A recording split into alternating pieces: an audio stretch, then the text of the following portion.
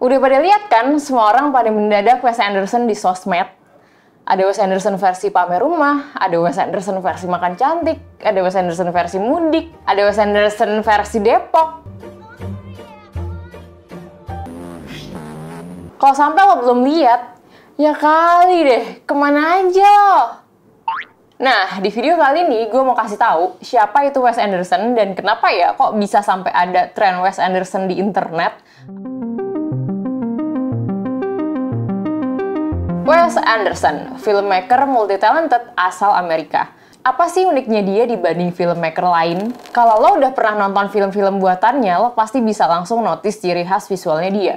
Dia tuh suka banget pakai sudut pandang yang datar, dan kalau ngambil gambar tuh selalu rapih dan simetris. Color grading film-filmnya juga selalu cerah dan pastel-pastel gitu. Terus dia suka banget pakai musik klasik atau musik-musik jadul buat ngiringin film dia. Jadinya kayak ada nuansa retronya gitu. Alur cerita di film-film karya Wes Anderson tuh selalu out of the box. Nggak lebay sih kalau lo bilang ceritanya absurd. Berasanya kayak bukan di kehidupan sehari-hari, tapi sama sekali bukan science fiction juga. Ada kesan lo tuh kayak didongengin pas lagi nontonnya. Nah, saking uniknya, ibaratnya gini. Kalau ada eksperimen blind test nih ya, misal lo disuruh langsung masuk ke studio bioskop tanpa tahu lo bakal nonton film apa, siapa sutradaranya, filmnya trending apa enggak, ada mantan lo apa enggak. Terus lo diputerin 10 film Hollywood nih secara random, tapi satu diantaranya ada filmnya Wes Anderson, gue bisa jamin 100% lo pasti tahu yang mana filmnya Wes Anderson. So, dari semua hal yang gue kasih tahu barusan, udah bisa nebak belum kenapa anak sosmed jadi pada obses banget sama konten ala-ala Wes Anderson ini? Yes, soalnya karyanya berkarakter bangetan. Simetris keinget Wes, pastel-pastel kayak Wes. Kamera di pan 90 derajat, Wes banget. Musiknya setempo sama visualnya, Wes. Ada cerita di dalam cerita, Wes juga. Gabungan semuanya, Wes. Dan sebenarnya hal kayak gitu terjadi juga sih di kehidupan sehari-hari kita. Misal, lo punya temen namanya Bambang. Si Bambang ini nggak pernah on time kalau janjian. Udah gitu alasan telatnya selalu abnormal ya, kayak sorry guys, gue telat, ponakan gue tadi lagi latihan salto, terus setelah gue lihat lagi tinggi juga saltonya, gue coba ukur, meteran gue hilang, jadi gue beli dulu di tukang fotokopi. Sampai di sana malah disuruh foto-foto, habis itu ngopi-ngopi. Makanya telat deh. Sorry ya. Nah, kalau ada temen lo yang lain telat juga dan alasannya 11-12 kayak si Bambang ini, lo pasti bakal bilang, woi telat mah telat aja, nggak usah ke Bambang-Bambangan gitu lah. Kenapa? Soalnya karakternya si Bambang ini udah kebentuk.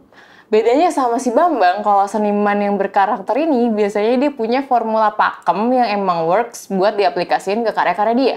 Lo lihat aja film-filmnya Wes Anderson itu selalu ada benang merahnya. Bahkan aktor dan aktris yang dia hire aja udah ada template-nya. Jadi, kalaupun dia lagi buntu ide pas berkarya, at least 50% kerjaannya udah beres. Dia bisa langsung balik aja ke formulanya. Enak banget kan? Udah kerjaannya lebih dikit, makin terkenal gara-gara udah punya style. Kurang apa coba? Tapi jangan salah. Approach berkarya kayak gini tuh juga ada minusnya loh. Coba lo bayangin kalau tiba-tiba Wes Anderson bikin film kayak Transformer yang tiap 5 detik ada benda meledak, plus kamera muter-muter 360 derajat tanpa alasan yang jelas. Lo pasti bakal mikir, ini Wes Anderson apa? Ya Wes, kalau nggak Anderson juga nggak apa-apa. Understand. Itu kekurangannya. Karakter dan formula lo kemungkinan jadi ngunci lo, dan lo jadi nggak leluasa buat explore gaya lain.